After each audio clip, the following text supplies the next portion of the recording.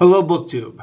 I'm continuing my read-through of the Oz series with Kabumpo in Oz.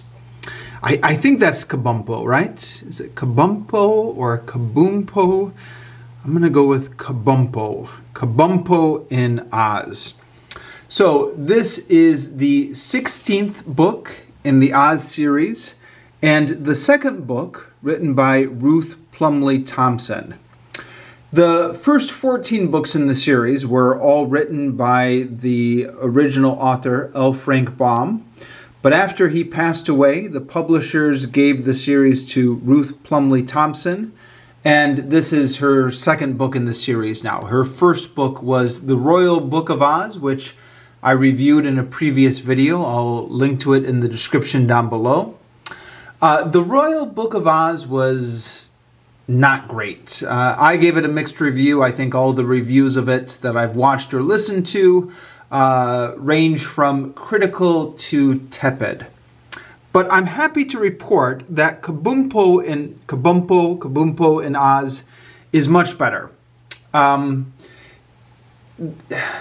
plot has lots of holes in it if you wanted to nitpick it. But the general whimsical tone works quite well in the imagination in terms of the magical creatures and the magical lands. Also works quite well. It's a fun little imaginative book that's fun to read for all its flaws. Just a quick by-the-by here. As you can see, I've got a copy here from my library. This cover, I was searching on the internet for a copy of this cover, and I can't seem to find one. I'm sure it's out there somewhere, but I couldn't find one with a quick Google search. Most copies of this book, I guess currently being sold, have a different cover.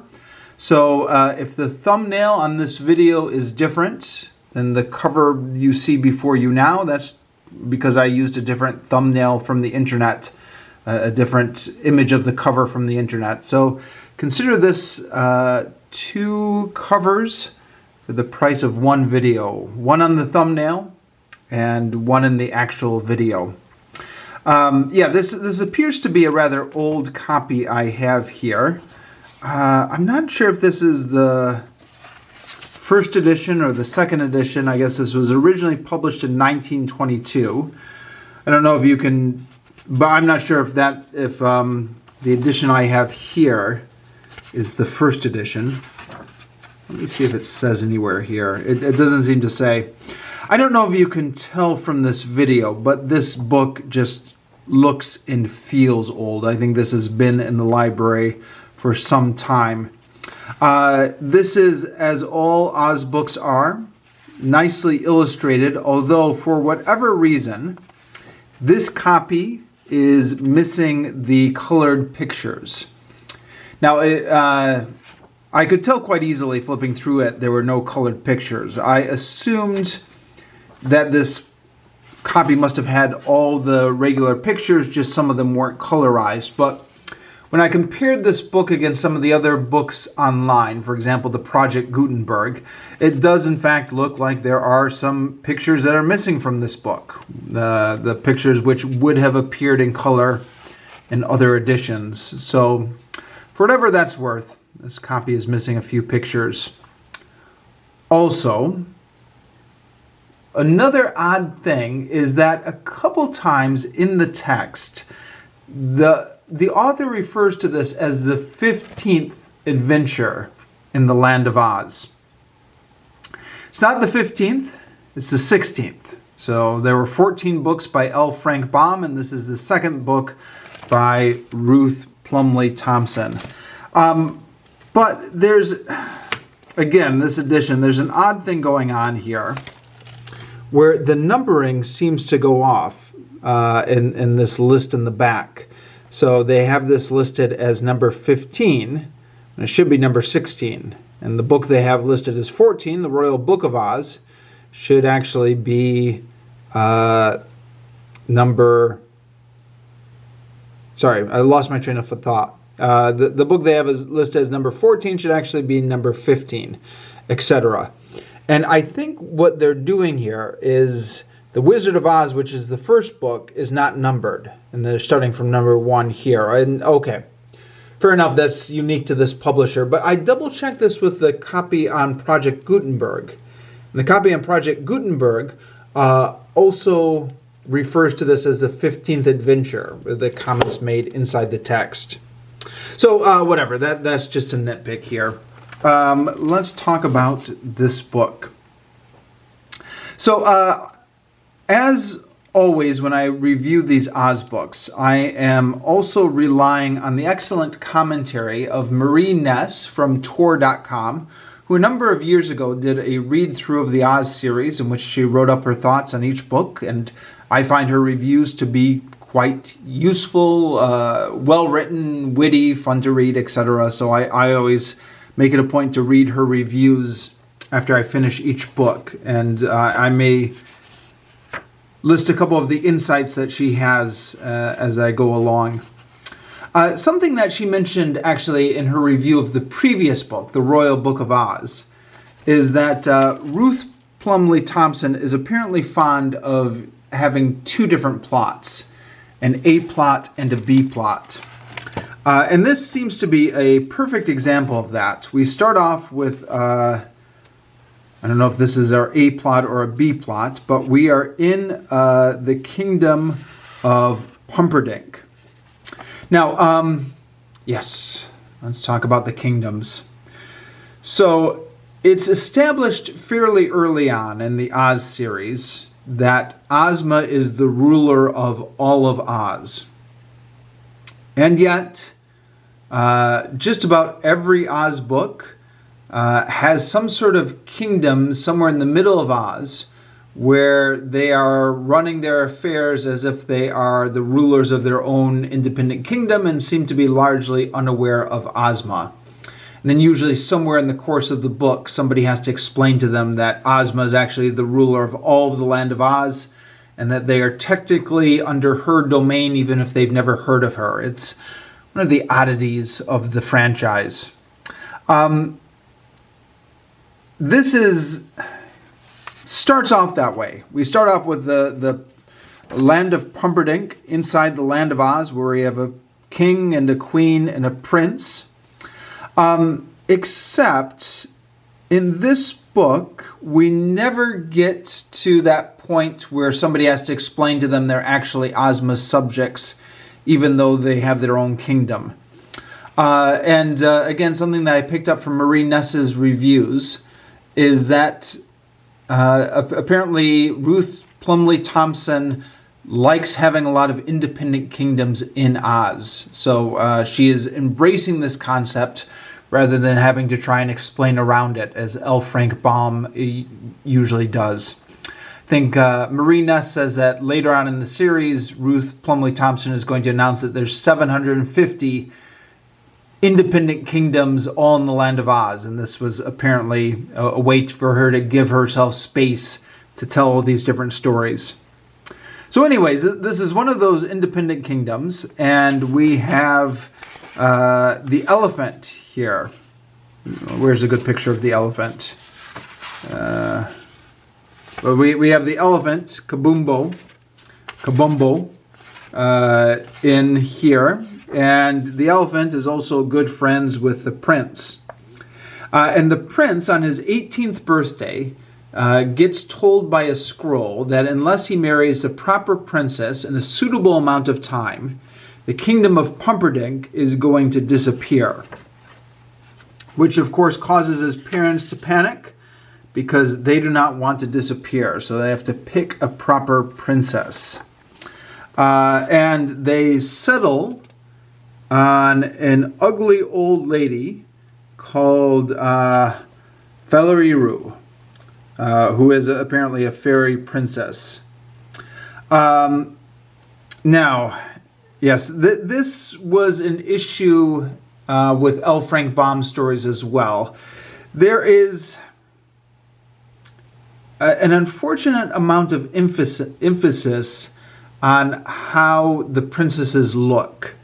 So princesses who are not pretty are criticized for not being pretty. It's almost presented as if it's a character flaw. And certainly the readers are expected not to sympathize with these ugly princesses. So, yeah, the elephant, Kabumpo, and Prince, the prince, are both repulsed at the idea of marrying this ugly princess. I mean, she's also old, in addition to being ugly. And fair enough, I guess young person doesn't want to marry an old person. But yeah, the emphasis on how ugly she was, I thought, was a little bit unfortunate. I mean, what kind of message are we sending to kids? If you're not ugly, you're not. Nobody wants to marry you. Sorry, if you are ugly, no one wants to marry you. Yeah, you know what I mean. If you're not pretty, no one wants to marry you, etc. Their parents are the prince's parents are arranging the marriage.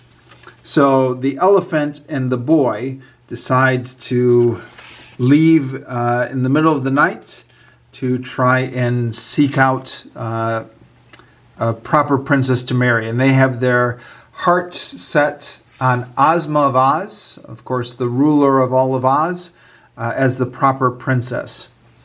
Now, there's what I thought was a rather little disturbing overtone to this, in that I think Ozma is still depicted as being a girl, right? Am I getting that wrong? I mean, I don't know how old she is exactly, but I got the impression that Dorothy and Ozma and all the rest of these girls in Oz are portrayed as being, I don't know, around 8, 9, 10 years old. The prince here is on his 18th birthday. So, now, spoiler alert, he doesn't actually marry Ozma in the end. Ozma refuses to marry him on the grounds that she doesn't even know him. But it seemed a little bit disturbing that everyone was contemplating that marriage for most of the length of this book. But maybe I'm thinking too much about it. Maybe you're just not supposed to think about these things with the book. It's supposed to have fairy tale logic. So anyways, they go out and they have a few adventures along the way. And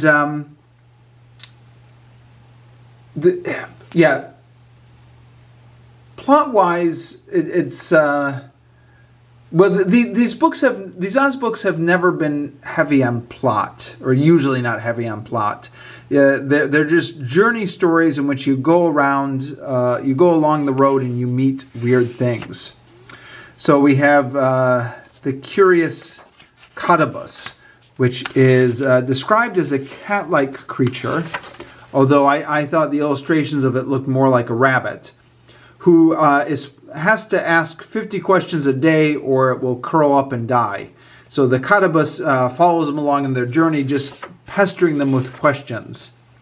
I don't know, I guess that sounds a little bit uninspired the way I just described it, but it's funny the way it comes off in the book. And then they land in the land of the figureheads, where there are all these numbers walking around, and their king is the ruler. Always a lot of puns in these Oz books. And the numbers force them to do arithmetic problems in order to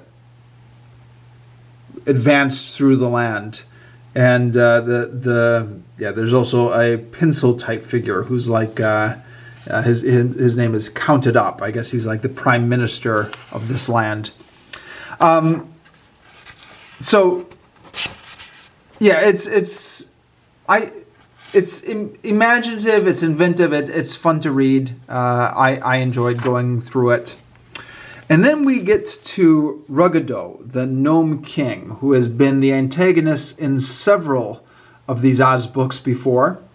And in fact, we start off by recounting his previous exploits in, I guess, is it 6 Oz books we're up to now? So he's writing down his history in each of these rocks. Now, it's been a while actually since I read those early books in the Oz series, for a few reasons. But I took a couple-year break in between, so I regret to say I don't remember those early books as well as I used to. I mean, that they're vaguely familiar, but I'm not able to spot if there's any continuity errors between the way Ruggado is portrayed in this book and the way he was portrayed in those other books. But he's got a rabbit named Wag who is helping him, even though Wag doesn't like him. And he's also got a rag doll. Is there a picture of the rag doll? No picture of the rag doll here, but yeah, who he's also stolen. And yeah, you can see they're all pictured on the cover here, the 4 heroes. Prince Pumpa, Kabumpo, Wag the Rabbit, and the Rag Doll. Wag the Rabbit and the Rag Doll will later get big when the Ruggador uses some magic on them. Now, yeah, Ruggado uses magic to change himself into a giant. And then when he's changed into a giant, he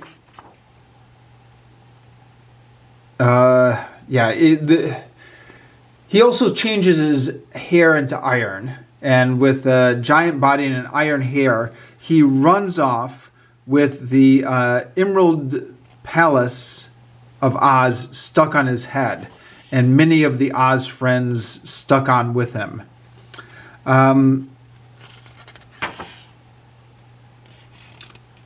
Marie Ness pointed out in her review, and I agree with this, there's an odd little sentence here in this chapter. The confusion was terrific. Only the wizard was still calm and smiling. And just so you don't miss that, there's actually an illustration to go with it. The smiling little Wizard of Oz. But then, as Marie Ness points out in her review, we never hear about the Wizard of Oz again in this book. I mean, he's one of the reoccurring characters in the Oz series, obviously. But why is he still calm and smiling? It seems to imply here that he knows what's going on and he has a way out of it. But then we just never hear about him again. So Marie Ness says this seems to be an editorial error. Something that was maybe left over from a previous draft or something like that never got removed. And yeah, well, what other explanation would there be for that, huh? So yeah, this is now our second plot. We've got the Emerald City being abducted by the Gnome King, who has turned himself into a giant with hair of iron. And I guess arguably we now have maybe 3 plots, because we've got the city being abducted, and we've got, meanwhile, Kabumpo and Prince Pampa, who are looking for the princess, and then we've got the wooden doll come to life, whose name is Amy Peg, and the rabbit Wag, both of whom are enlarged up to human size. So, as is normal in these Oz books, it's a mixture of juggling old characters who are previously established and also introducing new characters, because each Oz book has to introduce like 4 new characters. The introduction of a talking wooden doll seemed to me to be a little bit superfluous in the Oz world. Because we already have so many talking doll creatures. I mean, we've got Scraps, the rag doll already, not to mention the Scarecrow and the... Where's a good picture of Scraps? I just went by it. Not to mention Scarecrow and the Tin Woodman, etc. But at any rate, we've got another one now, and I guess to be fair, spoiler alert, By the end of the story, she will no longer be a wooden doll. She's going to get transformed into a real princess. So we will, yeah. As an ongoing character, I guess she won't be a rag doll. Speaking of ongoing characters, though, Ruth Plumly Thompson is, I guess, continuing the tradition of juggling old characters as well as introducing new characters. So we have Sir Hocus of Pokes, who was a character that Ruth Plumly Thompson herself introduced in the previous book. And the Comfortable Camel and the Doubtful Dromedary. Is that right? Also from the previous book. Get brought back for cameos in this book as well. So, yeah, she is mixing her own characters with L.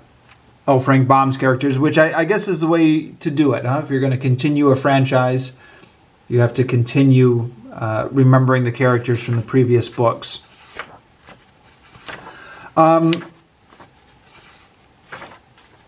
Yeah, so where were we? We've got the adventures of Peg and Wag the Rabbit. And meanwhile, we still have Pampa and Kabumpo, who are going through and getting in various adventures. They go to a land of candles, where they've all. One of the gags in the Land of Oz is just imagining if different things were alive and had their own countries.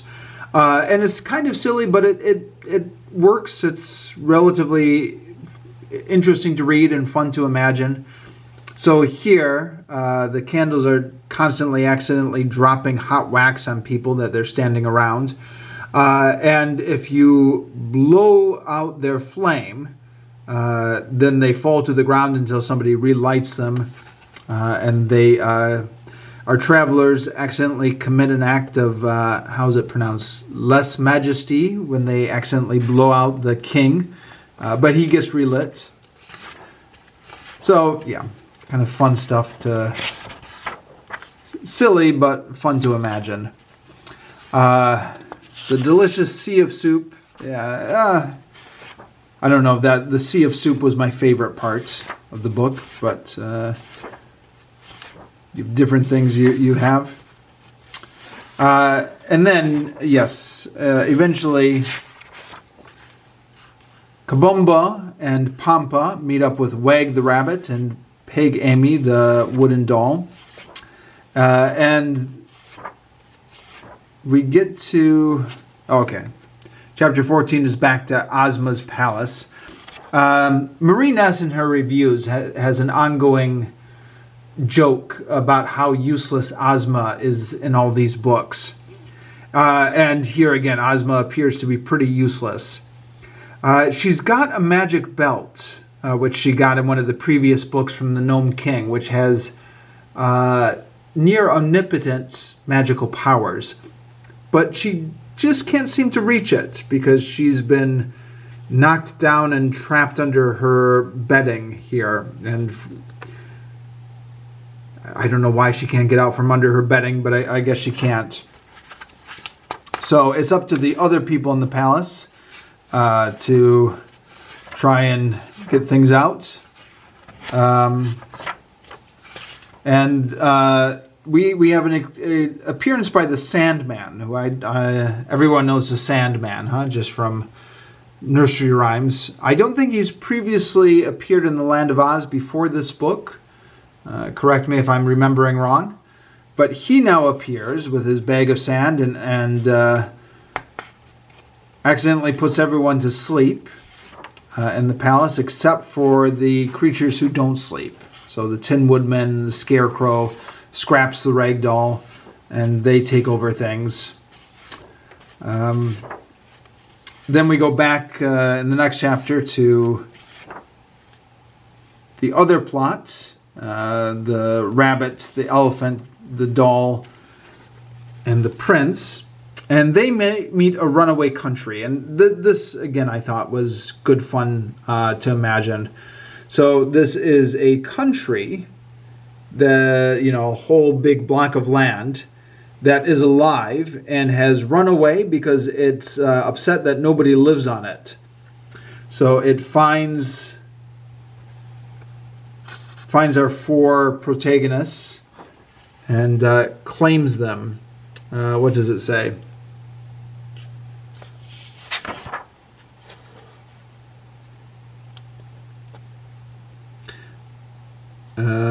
Yes, somewhere here, the country grabs them and says, "I claim you by right of discovery." I'm looking for that quote here.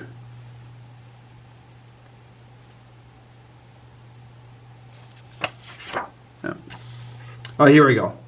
Yeah, "I claim you by right of discovery," cried the land in its loud river voice. So instead of people discovering a land, the land is discovering the people. And instead of people claiming the land is claiming the people. So, again, a bit silly, but good fun to imagine.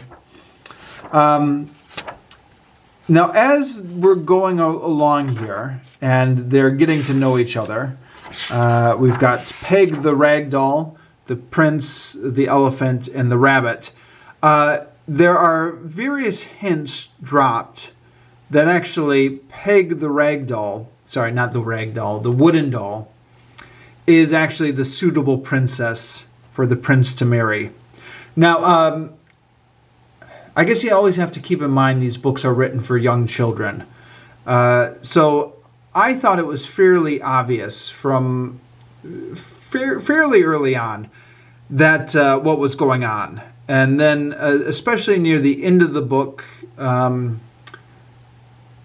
you just had to wait for the obvious thing to happen, for the other characters to realize that Peg the wooden doll is actually a princess, which is kind of irritating when you, the reader, know that's obviously what's going to happen. But again, I guess how obvious would this be to a child? Maybe a child wouldn't realize it quite as quickly. I don't know. But anyways, they all meet up. They save the land of Oz, or the people in the Emerald Palace, from the Gnome King. And then the proper princess is found. And yeah, she's transformed back into herself. And then everyone lives happily ever after. According to Wikipedia and Marie Nuss as well, Kabumpo the elephant is going to go on to be a reoccurring character in the Oz series and will feature prominently in, I believe, at least 3 more of Ruth Plumly Thompson's Oz books. So I guess we'll get to those when we get to those.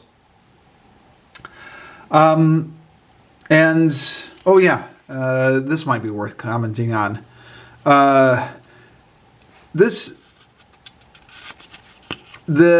Rather uncharacteristically in the Oz books, the bad guy is dispatched. So this isn't the main bad guy, I guess. Or maybe it is, depending on how you view the structure of the plot. There's a Gnome King, but there's also Gleg, the magician, who we find out at the end of the book has been manipulating everything and is behind those strange prophecies. So the question box, which is one of the magical objects, says, make him drink a cup of his triple trick tea. And this Ozma did, although it took 14 people to get Gleg to drink it. So here's a picture of them holding him down and forcing the tea into his throat, which is a bit more of a forceful image than we usually associate with his Oz books. And the tea caused him to explode.